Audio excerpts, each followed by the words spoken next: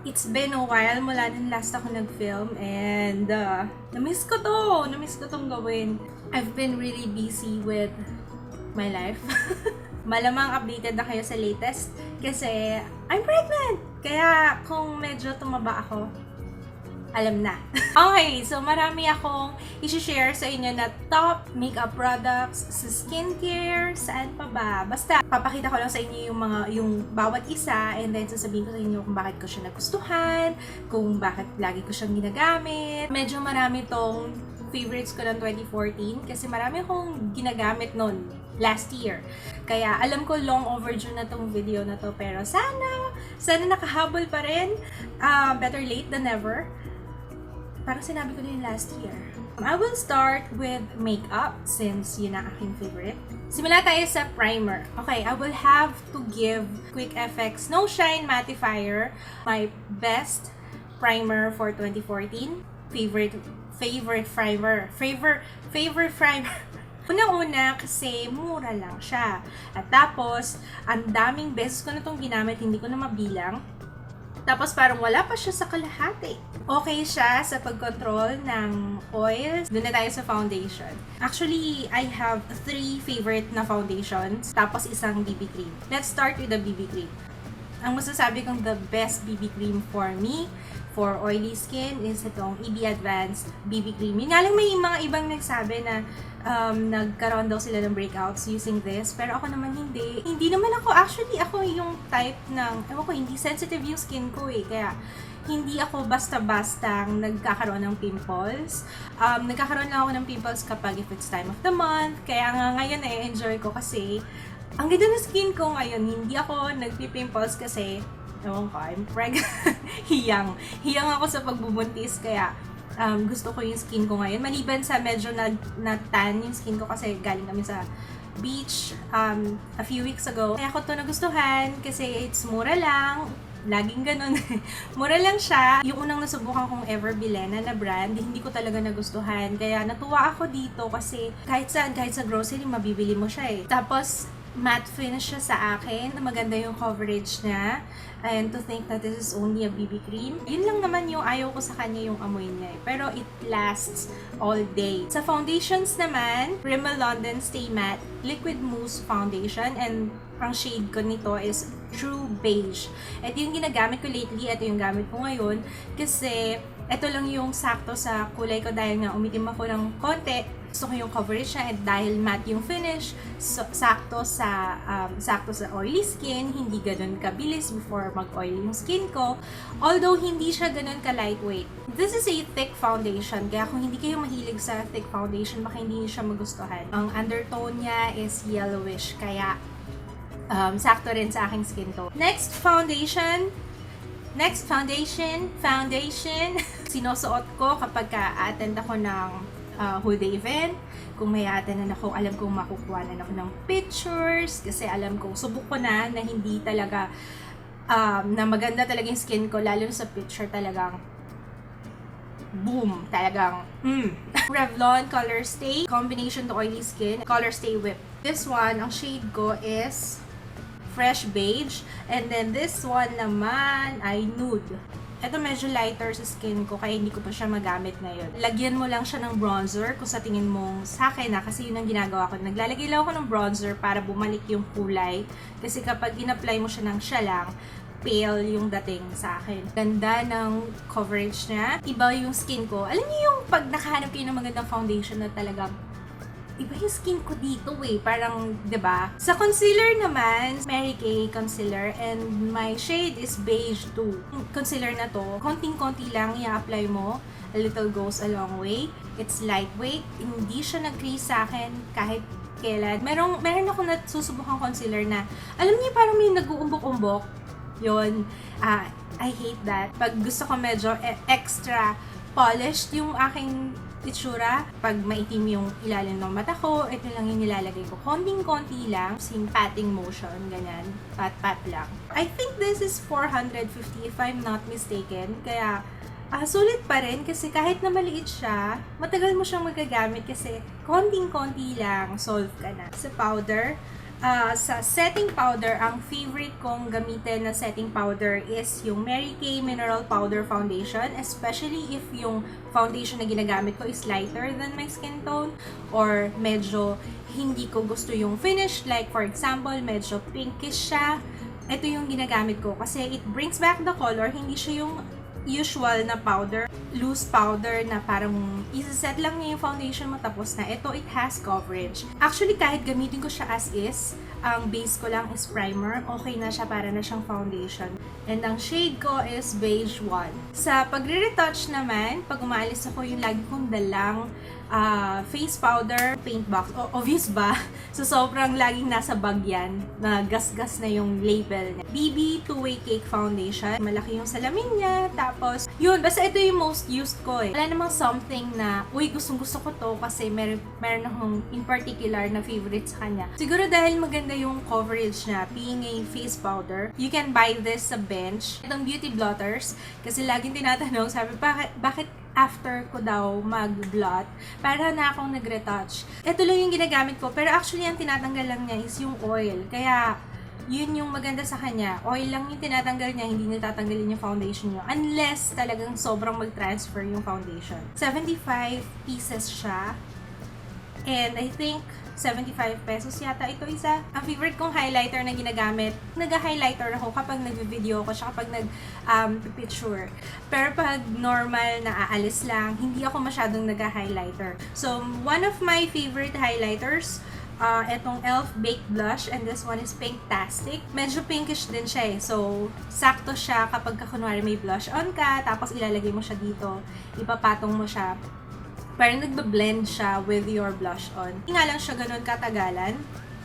Unlike sa mga liquid na highlighter. Like this one here, the Oriental BB Shining Pearl BB Cream Plus. Kasi tumatagal siya the whole day. I used this before I set my face with powder. Ito yung itsura niya. Although I don't like the smell, naalala ko dito parang may lumang tukador. Lalo na kapag tumama yung ilaw sa kanya, talagang may added poof talaga sa makeup. Lalo na sa cheeks. Maliban sa LA Girl Gel Liner, ang favorite ko na marerecommend ko na mura lang. This is only 134. LOL Smudge Proof Waterproof Liquid Eyeliner. This is what I'm wearing right now. And maliban sa black na black siya, hindi siya yung eyeliner na black tapos parang may glossy, kasi ayoko nun eh. It lasts long. Kailangan mo talagang gumamit ng makeup remover kasi hindi siya ganun kabilis matanggal. Hindi talaga siya ganun, hindi siya nagsasmudge, hindi siya nag-transfer. Kahit hawakan ko siyang ganyan, wala na. Hindi siya matatanggal ng basta-basta. Reklamo ko lang sa kanya is natatanggal yung pinaka, like this. Yan, natatanggal siya. Sa mga oily ang eyelids, try nyo tong LOL. It's really good. Mascara, isa lang yung favorite kong mascara this year. And alam nyo na kung ano yun kasi lagi ko sinasabi. Lagi kong binabanggit to. This is the Mary Kay Lash Love Mascara. It's because of its wand. Yung wand niya, maliit lang. Tapos yung spikes, maiksi lang din. So, kung meron kayong sparse or manipis na eyelashes, lalo na sa lower lashes, kasi ako ngayon yun ang thing ko eh, naglalagay ng mascara. Dati hindi ako naglalagay ng mascara sa lower lashes. Pero ever since naglalagay ako, parang napansin ko, hindi ba mahaba yung lashes ko sa lower lashes. Ewan ko, feeling ko lang yun. Less room for mistakes kasi nga dahil maganda yung wand niya.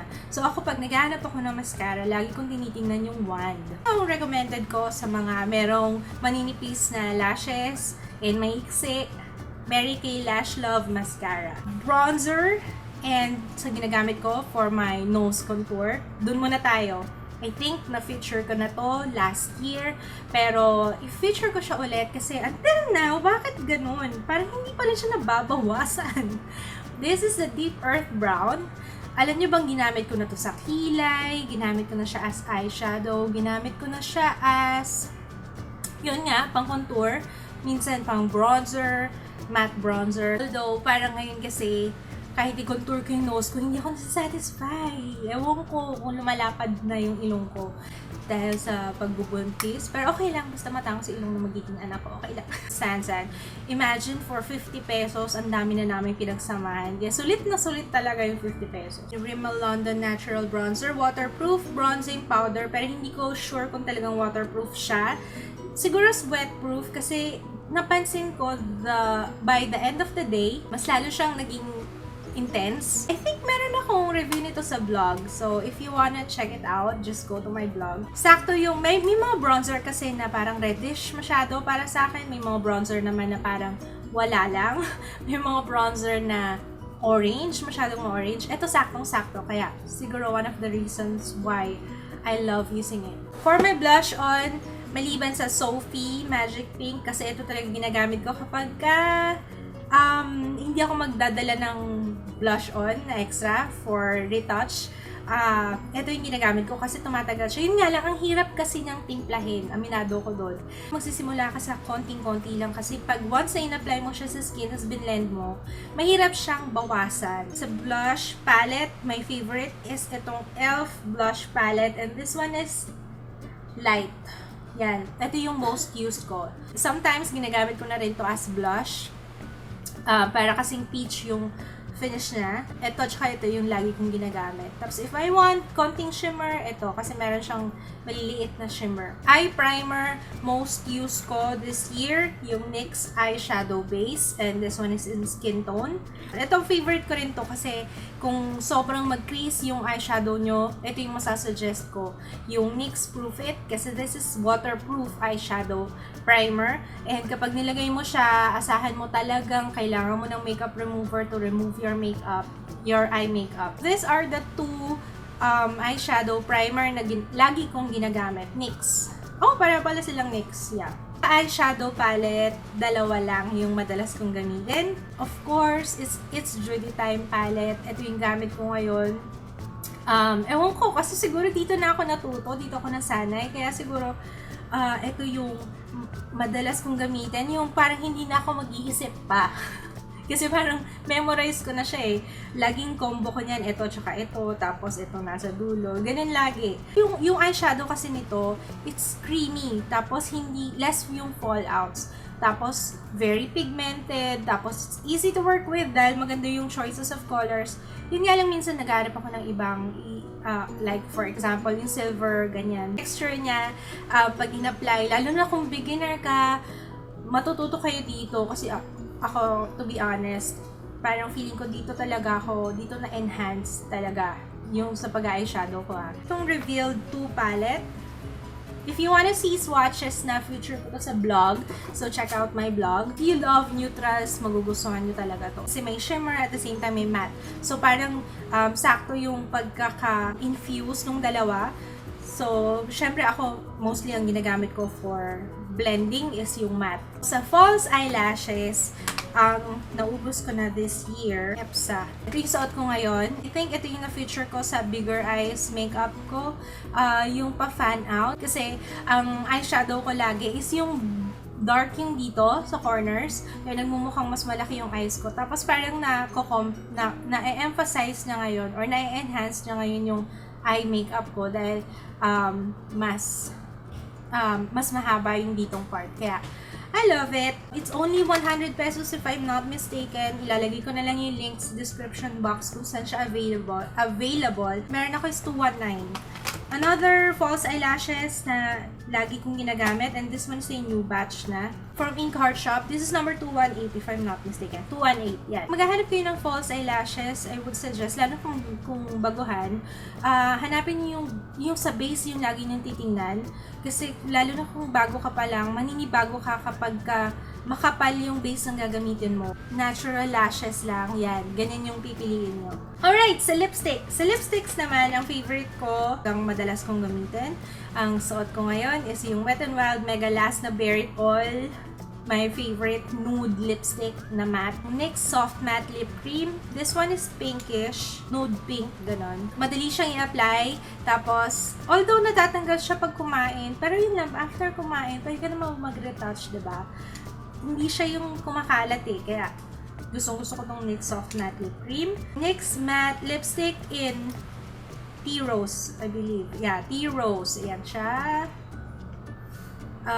Everyday lipstick ko yan. Sophie na Sugary Pink. Alam ko Sugary Pink. Summer Pink, sorry. Summer Pink. Yan. Ito yung madalas kong gamitin na lipstick.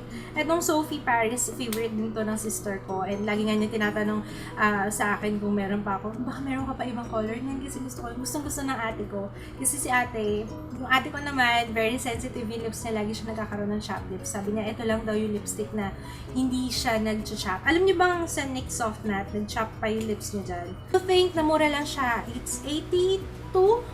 84, mga ganon. Wala pang 100 pesos. Sa lip liner, of course, kung gumagamit ako ng red lipstick, lagi na ako nag-lip liner kasi lalo na kung mahirap i-shape yung lips nyo, kagaya ng sa akin, mas madali if you apply lip liner first. Minsan nga, ina-apply ko na lang siya na lang, hindi ko na nilalagyan ng lipstick. If you love matte lipstick or if you love matte lip products, magugustuhan nyo rin tong NYX na lip liner pencil. For my nail polishes, most used ko this 2014, gamit ko ngayon, Nature Republic. Yun nga lang, wala ng Nature Republic malapit sa amin. Pero alam ko sa mga SM merong Nature Republic eh. This one is pastel blue. Alam ko 58 pesos siya. Ito naman, pink box na nail polish. And this one is Caribbean Sea. Mahilig ako sa blue na nail polish, no? H&M na nail polish.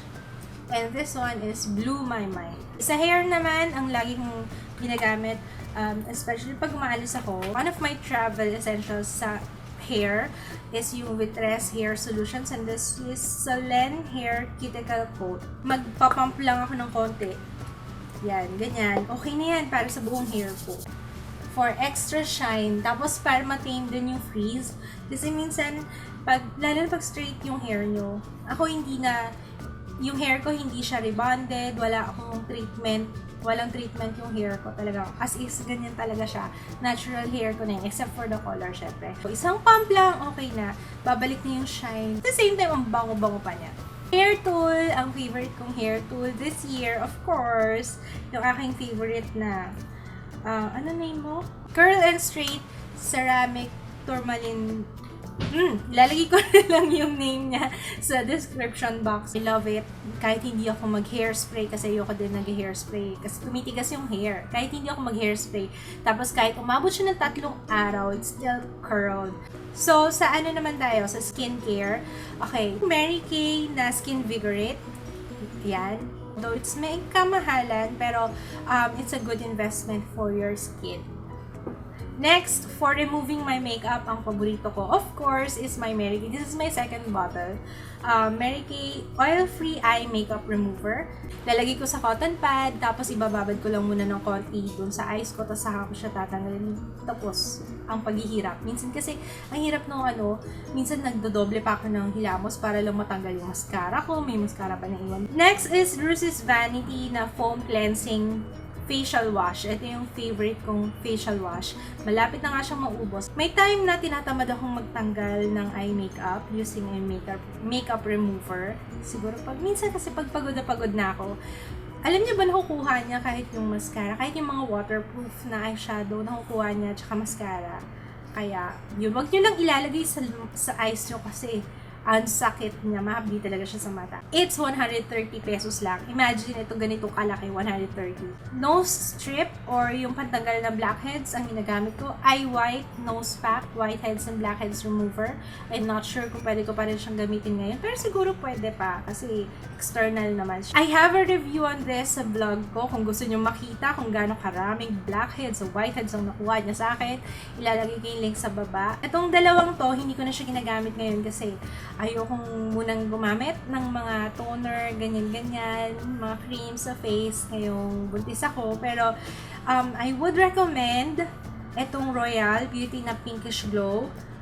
Ito yung mabilis, 3 days lang. Imagine 3 days lang, makikita mo na yung result. Tambal niya na ginamit ko is yung Royal Beauty L-Gluta Power Line Corrector Cream. So, ginagamit ko lang siya night time. So, yan ang may re-recommend ko. Last year, yung talagang nagustuhan ko talaga within days na nagustuhan ko talaga yung result. Yung dalawang yan. Last but not the least, maraming nagtatanong sa akin. Ang ginagamit kong Dio. Actually, this is a solution. So, ang ginagawa ko, bulak, tapos pahid sa leki. Tapos makikita mo talaga parang, minsan mapagkakamalan mo, saan ba itong galing?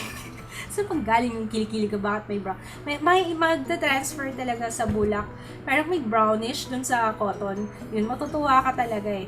Tapos, pinaka magandang effect niya sa akin is yung nabawasan yung basang kilikili. Yun yung importante sa akin kasi grabe akong magpawis dito sa area na to. Kaya, this is 500 ml. I'm not sure about the price. Lalagay ko yung price na lang sa description box. So, I think that's it. Medyo nahihirapan ako magsalita.